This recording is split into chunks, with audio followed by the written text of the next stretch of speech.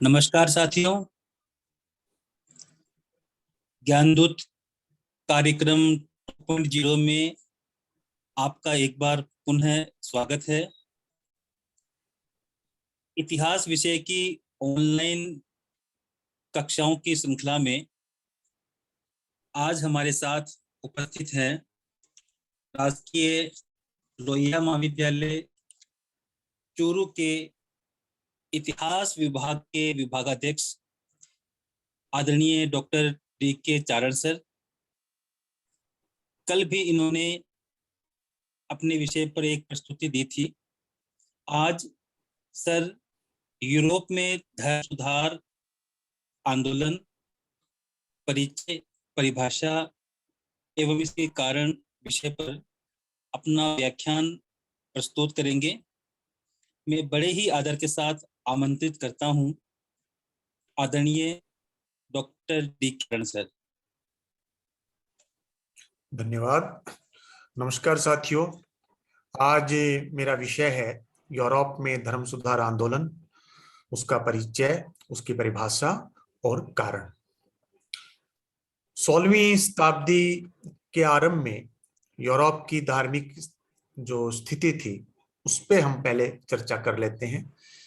पुनर्जागरण के कारण 16वीं शताब्दी के प्रारंभ में यूरोप में धर्म सुधार आंदोलन प्रारंभ हुआ। मध्य युग में यूरोप में केवल एक जो धर्म था वह कैथोलिक था। यूरोपीय जनता इसी धर्म की अनुयायी थी। उस समय प्रत्येक ईसाई को चर्च के नियमों का पालन करना आवश्यक था और वो उसमें अपना पुनीत कर्तव्य भी समझता था। चर्च का प्रमुख अधिकारी पोप था, जो उस समय इटली की राजधानी रोम में निवास करता था। उसका निर्वाचन जीवन भर के लिए कुछ पादरियों के द्वारा होता था और ये जो पादरियों की संस्था थी जो निर्वाचन करती थी उसको कार्डिनल कहा जाता था। उसको कार्डिनल कहा जाता था। पोप की शक्ति धर्म व राजनीति में सर्वोपरि बनी हुई थी। अपने नीचे के समस्त अधिकारियों की नियुक्ति भी वही करता था और वही उन्हें पद से हटाने का काम भी कर सकता था। शासक भी पोप के अधिकार को चुनौती नहीं दे सकते थे। अब आप देख लीजिए, राजा जो है वो पोप को चुनौती नहीं दे सकता है, यानी कि राज्य भी पोप की शक्ति के नियंत्रण में है। पोप किसी भी ईसाई देश को ऐसे कानून जो पोप की दृष्टि में अनुचित है उनको रद्द करने के लिए कह सकता था। पोप यानी कि जो चर्च है वो जनता से टैक्स भी वसूलता था। इसके अतिरिक्त विवाह, तलाक, उत्तराधिकारी एवं वसीयत संबंधी मामले पोप की अदालत में प्रस्तुत किए जाते थे। साथियों, आप देख रहे हैं कि पोप अपनी अदालत भी लगाता था। हम जानते हैं कि ये कार्य राज्य का है, लेकिन आप यहां देख रहे हैं कि राज्य के कार्यों को पोप ने अपने हाथ में ले रखा है। टैक्स कलेक्शन कार्य राज्य का है, लेकिन टैक्स कलेक्शन का कार्य पोप कर रहा है। कानून बनाने का काम राज्य का है, लेकिन पोप कर रहा है। तो इससे आप अंदाजा लगा सकते हैं कि पोप कितना शक्तिशाली था, चर्च कितना शक्तिशाली था। राजा के न्यायालय उसे दंडित नहीं कर सकते थे। इस प्रकार पोप तंत्र का यानी पोप, बिशप और पादरी, उनका समाज पर बहुत प्रभाव था, गहरा प्रभाव था। पोप का व्यक्तिगत जीवन अब पहले की तरह पवित्र नहीं था। उसमें बहुत सारी बुराइयां थी और जिस प्रकार की बुराइयां थी, जिस प्रकार का अनैतिक जीवन पोप का था, उसी प्रकार पोप तंत्र के जो बाकी नुमाइंदे हैं उनका जीवन भी उसी प्रकार का था। और उस समय की जनता इन अनैतिक लोगों के नियम का पालन करने के लिए विवश थी और इनके चरणों में नतमस्तक रहती थी। साथियों, यदि हम धर्म सुधार आंदोलन के अर्थ की बात करें इतिहासकारों की दृष्टि से, तो इतिहासकार वार्नर और मार्टिन इसके विषय में लिखते हैं कि धर्म सुधार आंदोलन पोप पद की सांसारिकता एवं भ्रष्टाचार के विरुद्ध एक नैतिक विद्रोह था। ये बात लिखी है इतिहासकार वार्नर और मार्टिन ने। एलिस लिखते हैं कि जिन दिनों यूरोप के लोग नए व्यापारिक मार्ग व नए देशों की खोज कर रहे थे, उन्हीं दिनों ईसाई धर्म के अंदर कुछ नए परिवर्तन दृष्टिगोचर हो रहे थे, जिसको ये जो नए परिवर्तन दृष्टिगोचर हो रहे थे उनके माध्यम से वहां पर एक परिवर्तन का एक दौर आता है। वो खास करके धर्म के क्षेत्र में सुधार उस समय होता है। इस प्रकार से इतिहासकार एलिस लिखते हैं। धर्म सुधार आंदोलन के उद्देश्यों की यदि हम बात करें साथियों, तो पहला उद्देश्य था चर्च की बुराइयों एवं धर्माधिकारियों में व्याप्त भ्रष्टाचार को दूर करना। दूसरा जो उद्देश्य था, धर्माधिकारियों के जीवन में नैतिक सुधार करना। तीसरा, धर्माधिकारियों को आध्यात्मिकता की ओर उन्मुख करना, यानी अपने कर्तव्य के लिए प्रेरित करना।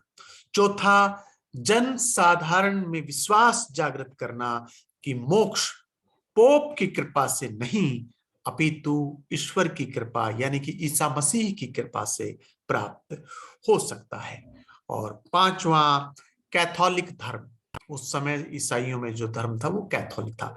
कैथोलिक धर्म को आडंबरों से मुक्त कर जनता के समक्ष धर्म का सच्चा स्वरूप जो है वो रखना, ये इस प्रकार से इस आंदोलन के उद्देश्य थे। अब हम साथियों बात करते हैं धर्म सुधार आंदोलन के कारणों की। पहला जो बड़ा कारण है वो है पुनर्जागरण का प्रभाव। अब पुनर्जागरण के प्रभाव के अध्ययन को हम समझने की दृष्टि से, अपनी सुविधा की दृष्टि से उसको बिंदुओं में विभाजित कर लेते हैं। पहला, राष्ट्रीय भावनाओं का विकास। पुनर्जागरण के कारण राष्ट्रीय भावनाओं का विकास हुआ। इससे पूर्व पोप ईसाई जनता से जो कर वसूल करता था वह उसके खजाने में जमा हो जाता था। यूरोपियन जनता ने इसका विरोध किया। यूरोपियन जनता यानी कि जो इटली से बाहर रहने वाले जो लोग थे, उन्होंने इसका विरोध किया। वे नहीं चाहते थे कि उनके देश का धन, उनके राष्ट्र का धन, जैसे उदाहरण के तौर पर इंग्लैंड के लोग नहीं चाहते थे कि उनका धन इटली में जाए। जर्मनी के लोग नहीं चाहते थे कि उनका धन इटली में जाए। दूसरे जो भी, चाहे पुर्तगाल हो, स्पेन हो, ये नहीं चाहते थे कि उनका धन उनके देश से निकल करके इटली में जाए। तो ये जो लोगों के अंदर एक इस प्रकार की भावना आ रही थी, इससे लोगों में अपने देश के प्रति एक भाव जागृत हो रहा था। लोग चाह रहे थे कि इस धन को, जो धन वहां से इटली जा रहा है, पोप के अनैतिक कार्यों में व्यय हो रहा है, उस धन को अपने ही देश के जन कल्याण कार्यों में व्यय किया जाए, अपने ही देश के विकास में व्यय किया जाए। दूसरा बिंदु पुनर्जागरण के फलस्वरूप जो सामने आता है, जिसके कारण धर्म सुधार आंदोलन होता है, वो है तर्क एवं चिंतन का विकास। तर्क पुनर्जागरण के दौरान आता है और चिंतन शक्ति, आदमी के सोचने विचारने की शक्ति, उसके अंदर जो विवेक का जागरण, वो पुनर्जागरण काल के दौरान होता है। क्योंकि उससे पहले व्यक्ति को सोचने का अधिकार ही नहीं था। व्यक्ति के सोचने की जो क्षमता होती है वो कुंद हो चुकी थी, समाप्त प्राय हो चुकी थी। और कोई यदि किसी प्रकार का प्रश्न लेकर के धर्माधिकारियों के पास जाता, सामंत के पास जाता, तो उसको चुप करवा दिया जाता था। वो चाहे किसी तरीके से करना पड़े, चाहे उसके लिए उस व्यक्ति की जान लेनी पड़े। तो लोगों ने सोचना, लोगों ने विचारना, लोगों के मन में जो प्रश्न आते थे उन प्रश्नों को पूछना बंद कर दिया था। लेकिन पुनर्जागरण काल के दौरान तर्क का विकास हुआ, चिंतन शक्ति का विकास हुआ और विवेक का जागरण हुआ, जिससे उनमें ये भाव जगा, ये समझ आई कि क्या उचित है और क्या अनुचित है। तीसरा, मानववादी विचारधारा का विकास पुनर्जागरण काल के दौरान होता है। मानववादी विचारधारा का जनक इटली का पेट्रार्क था। उससे पहले जो विचारधारा प्रचलित थी वो ये थी कि व्यक्ति ने धरती पर जन्म लिया है, वो कष्ट पाने के लिया है, उसको प्रसन्न रहने का, उसको खुश रहने का कोई अधिकार नहीं है। वो जितना यहाँ पर कष्ट पाएगा, जितना अपने स्वामी की आज्ञाओं का पालन करेगा, उतना उसके पाप कटेंगे और वो मोक्ष की तरफ जाएगा। ईश्वर के पास जब जाएगा तो उसको स्वर्ग भेजा जाएगा। इस प्रकार की एक अवधारणा थी।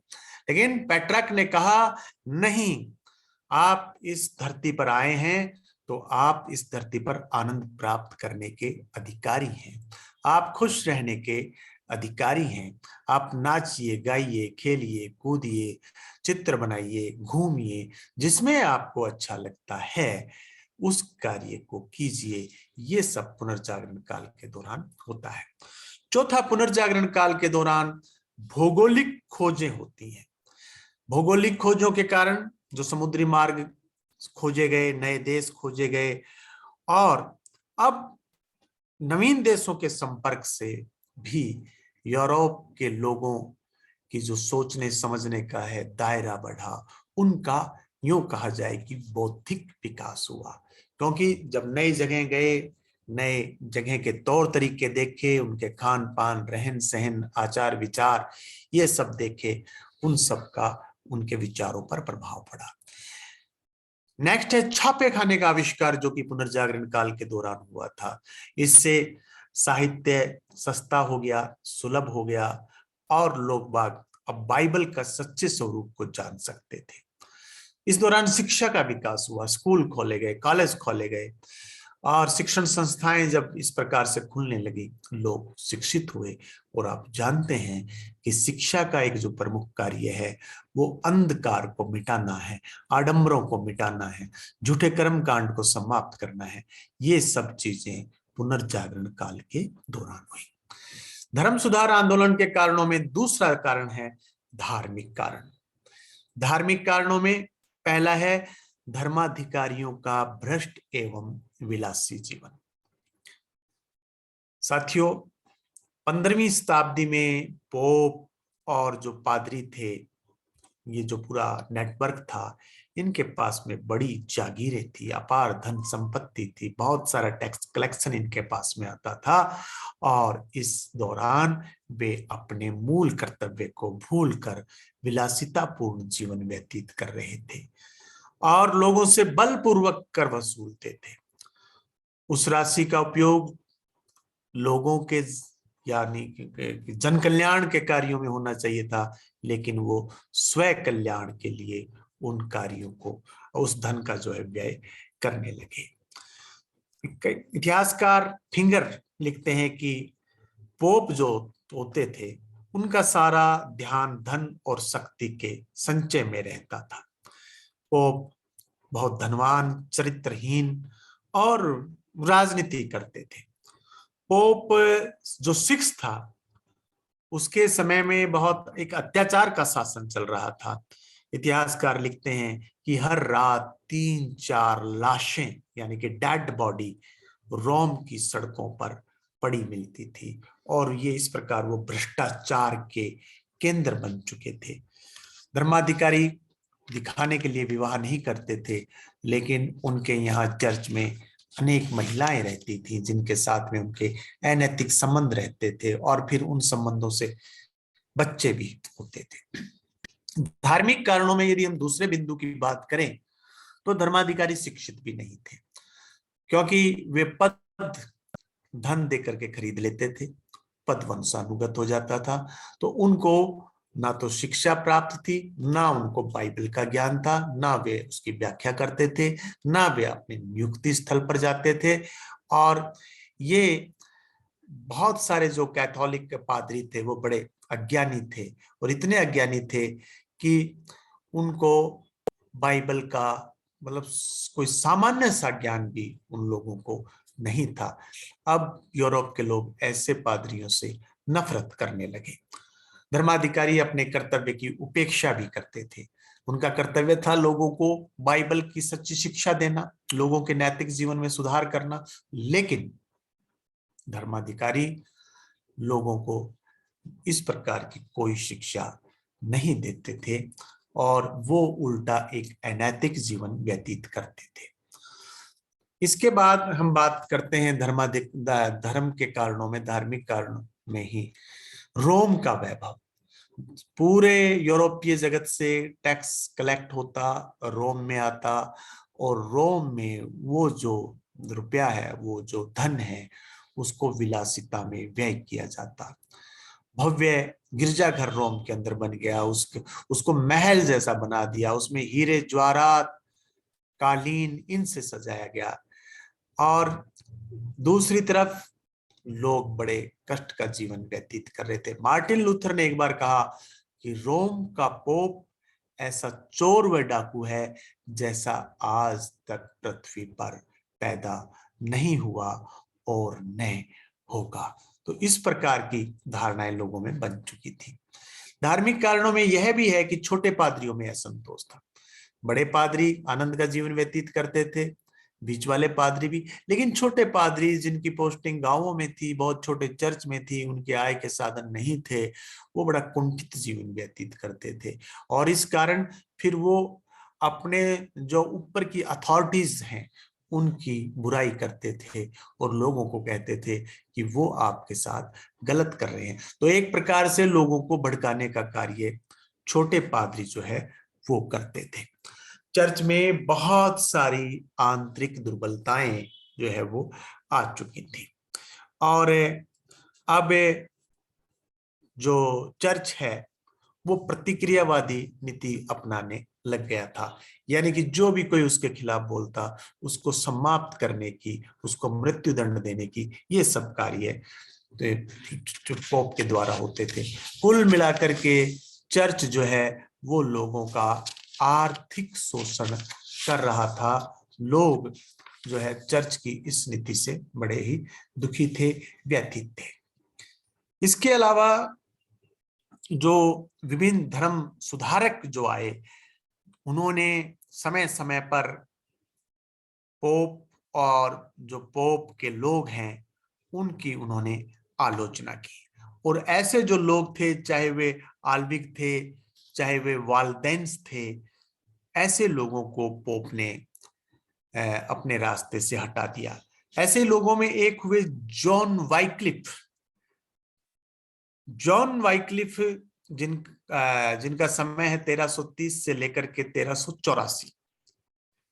अब जो धर्म सुधार आंदोलन इंग्लैंड में जो चल रहा था, उसमें ये वाइक्लिफ जो है वो लीड कर रहा था, और वहां ऑक्सफोर्ड यूनिवर्सिटी में प्रोफेसर के पद पर वाइक्लिफ था।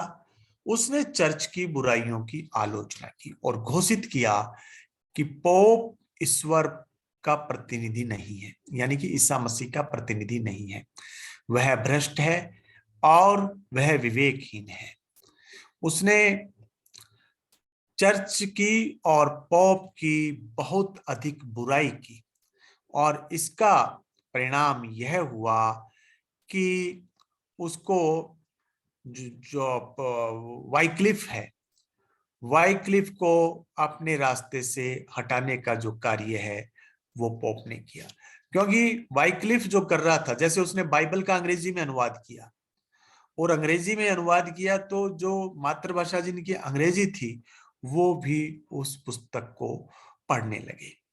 तो जब वाइक्लिफ की मृत्यु हो गई, उसकी मृत्यु के बाद में 1384 में मृत्यु होती है, लेकिन उसके बाद में लगभग 30 साल बाद में 1415 ईस्वी में वाइक्लिफ की डेड बॉडी को कब्र से निकाला और उसको कब्र से निकाल के पाखंडी घोषित किया। आप देखिए कितने जबरदस्त एक अत्याचारी जो है उस समय, कितनी अमानवीयता वाला अत्याचार वो लोग कर रहे थे। ऐसे एक जॉन हस हुआ जिसका समय है 1369 से लेके 1415 ईस्वी तक, जो कि बोहेमिया का निवासी था और जो प्राग यूनिवर्सिटी थी उसमें प्रोफेसर था। वह वाइक्लिफ से बहुत प्रभावित था, इसलिए उसने वाइक्लिफ के विचारों का बोहेमिया में प्रसार किया, लेकिन पोप ने उसे पाखंडी घोषित कर दिया और नास्तिकता का आरोप लगाकर 1415 ईस्वी में उसे जिंदा जला दिया। तो ऐसे जिन्होंने भी पोप का विरोध किया, चाहे वो सेवो नारोला हो, चाहे वो इरेस्मस हो जिसने द प्रेज ऑफ फोली नामक पुस्तक में पोप की आलोचना की, उन सबको पोप ने अपने रास्ते से हटाने का कार्य किया। यानी कि जो भी विचार उसके खिलाफ उठा, जिसने आवाज उठाई, उसको समाप्त करने का कार्य पोप ने किया। राजनीतिक कारणों की यदि हम बात करें साथियों, तो राजनीतिक कारणों में एक तो यह था कि पोप राजनीतिक कार्यों में हस्तक्षेप करता था। पोप राजा पर अपना दबाव बनाता था। पोप राजा को अपने नियम कायदों के हिसाब से शासन नहीं करने देता था। पोप राजा के यहाँ होने वाली जो अपॉइंटमेंट्स हैं, पद जो नियुक्तियां हैं, उनमें अपना प्रभाव डालता था। किस व्यक्ति को किस पद से हटाना है, पोप इसका डिसीजन लेता था। इटली में, रोम में बैठा हुआ पोप पूरे यूरोप के लिए डिसीजन लेता था। ये बात राजाओं को नागवार गुजरती थी और धीरे धीरे राजाओं में ये विचार बना राजा कि हम पोप के जो सर्वोच्चता है उसको हम नहीं मानेंगे। ये राजाओं को अब असहनीय हो गया था, क्योंकि अब बहुत सारे जो थिंकर्स आए, बहुत सारी जो नई स्टडी आ गई। अब राजा राज्यों में अपनी सत्ता को सर्वोपरि मानते थे, इसलिए वे चाहते थे अपने राज्य में चर्च के धर्माधिकारियों की नियुक्ति स्वयं करें, अपने राज्य में राजनीतिक नियुक्तियां स्वयं करें। ये सारे अधिकार, न्याय का कार्य राज्य चाहते थे कि हम स्वयं करें। ये सारे अधिकार जो है अब राजा ले लेना चाहते हैं। राजनीतिक कारणों में हम यह भी आपको बताना चाहेंगे साथियों कि शासकों की महत्वाकांक्षाओं में भी वृद्धि हुई, क्योंकि पुनर्जागरण के दौरान जो नए विचार आए, लोगों की जो सोच बदली, उसमें राजाओं की जो ताकत थी, शक्ति थी, उसमें काफी वृद्धि हुई और राष्ट्रीय राज्यों का भी उत्कर्ष उस दौरान, पुनर्जागरण के दौरान हो चुका था। अब राजा लोग पोप के प्रभुत्व से मुक्त होकर स्वतंत्र रूप से शासन करना चाहते थे और नहीं चाहते थे कि पोप उनके किसी भी कार्य में हस्तक्षेप करे। वे यह भी नहीं चाहते थे कि पोप के पास अपार संपत्ति हो, पोप के पास में इतनी दौलत हो कि वो उस दौलत से अपना प्रभाव राज्य पे डाले। यूं कहूं कि चर्च की जो ये संपत्ति थी उस पर राजाओं की दृष्टि थी। इतिहासकार कुदृष्टि लिखते हैं, लेकिन मैं इसको दृष्टि बोलूंगा, क्योंकि वास्तव में उस पर राज्य का अधिकार होना चाहिए था। राज्य उस संपत्ति को प्राप्त कर लेना चाहते थे। राज्य पोप के पास में जो भूमि थी उस भूमि को प्राप्त कर लेना चाहते थे और उन सब का उपयोग वे अपने जन कल्याणकारी कार्यों में करना चाहते थे। राजाओं को यह भी बर्दाश्त नहीं था कि पोप के न्यायालय जो है वो चलते रहे। न्याय का कार्य भी राजा अपने हाथ में लेना चाहते थे। तो इस प्रकार से जो राजा हैं वो पोप के कट्टर विरोधी हो चुके थे, क्योंकि दोनों शक्तियों के स्वार्थ आपस में टकरा रहे थे और ये राजनीति का नियम है साथियों कि जब स्वार्थ टकराते हैं तो फिर वहां पर मतभेद, मनभेद और संघर्ष प्रारंभ होता है। वहां पर आपस में टकराव और युद्ध की स्थिति बनती है। अब यदि हम बात करें आर्थिक बिंदु की, आर्थिक बिंदु में व्यापारियों का बड़ा असंतोष था, क्योंकि एक बात आप समझते हैं साथियों, इससे पहले पुनर्जागरण हो चुका था और पुनर्जागरण के कारण वाणिज्य का प्रसार हुआ। समाज में व्यापारी वर्ग एक शक्तिशाली एक ताकत के रूप में जो है वो खड़ा होता है और वो भी चर्च से असंतुष्ट है, क्योंकि व्यापारी वर्ग जो है उनको बाहर व्यापार के लिए जाना पड़ता था, लेकिन धर्म इसकी मनाही नहीं देता था, मनाही करता था, इसकी इजाजत नहीं देता था। और फिर जब वो कमा करके आते तो उनकी दौलत का बहुत सारा हिस्सा जो है वो पोप जो है वो उसकी दौलत को ऐंठ लेते थे। इसके अलावा अब पोप को ये भी पसंद नहीं है कि वो देश छोड़ के जाए, बाहर जाए, 7 समुद्र पार जाए, उसका कमाया हुआ धन भी चाहिए। और पोप का जो एक बड़ा प्रॉब्लम करता था व्यापारियों को, पोप कहता था कि कैथोलिक धर्म के अंदर ब्याज लेना और देना मना है, पाप है।